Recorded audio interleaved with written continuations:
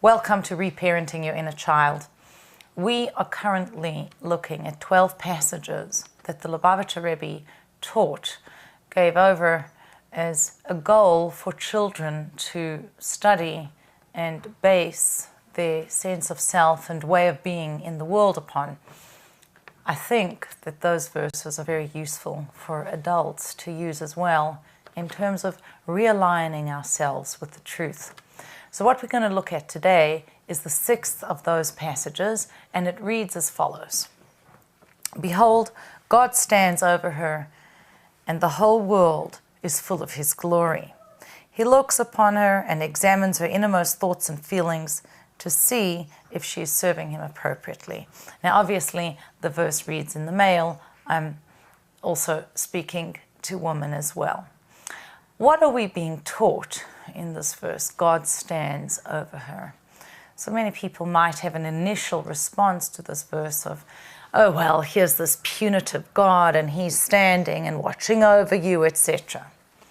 The first thing is, it's not really that bad to have a sense of accountability to something that is outside of ourselves, which we internally very much want to connect with. What that means is, yeah, I don't only have to be in love with God. I can be in awe of God. There's a certain level of fear of God, which is fear of punishment. That's a lower level fear. I do something and I'm afraid that I'm going to be punished if I do it. But then there is another sense that I have such reverence for my Creator that I am afraid to violate that connection. The word chet is not only sin, but a lack. That means when a person fears sin, they fear the lack that comes from doing that sin.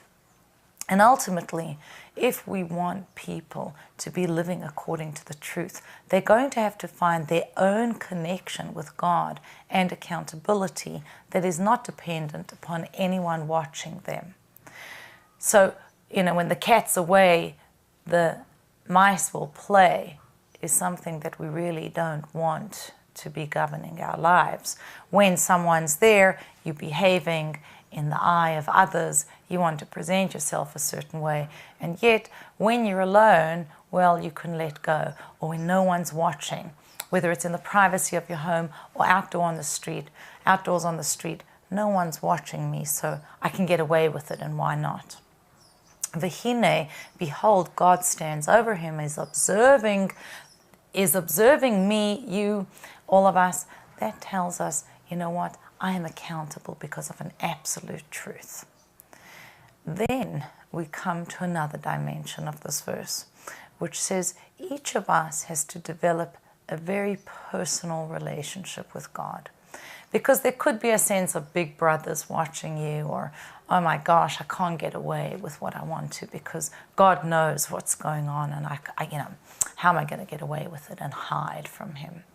But there's something else, which is if I really love someone, I'm engaged with them, I watch over them. When I read this verse or say it, I'm reminded of a compass. It doesn't matter which way you turn, north is north and south is south. The compass is going to be pointing to magnetic north, whether you are facing north or you're facing south. And here we have the notion, God is standing above the person, in front of the person. Wherever I go, I can be turning this way, God is there. And not in a way of onerous watching over me, but in the sense of he cares about me. We are face to face, and God cares about what I do. That means I'm actually developing a personal relationship with God. And what does he do?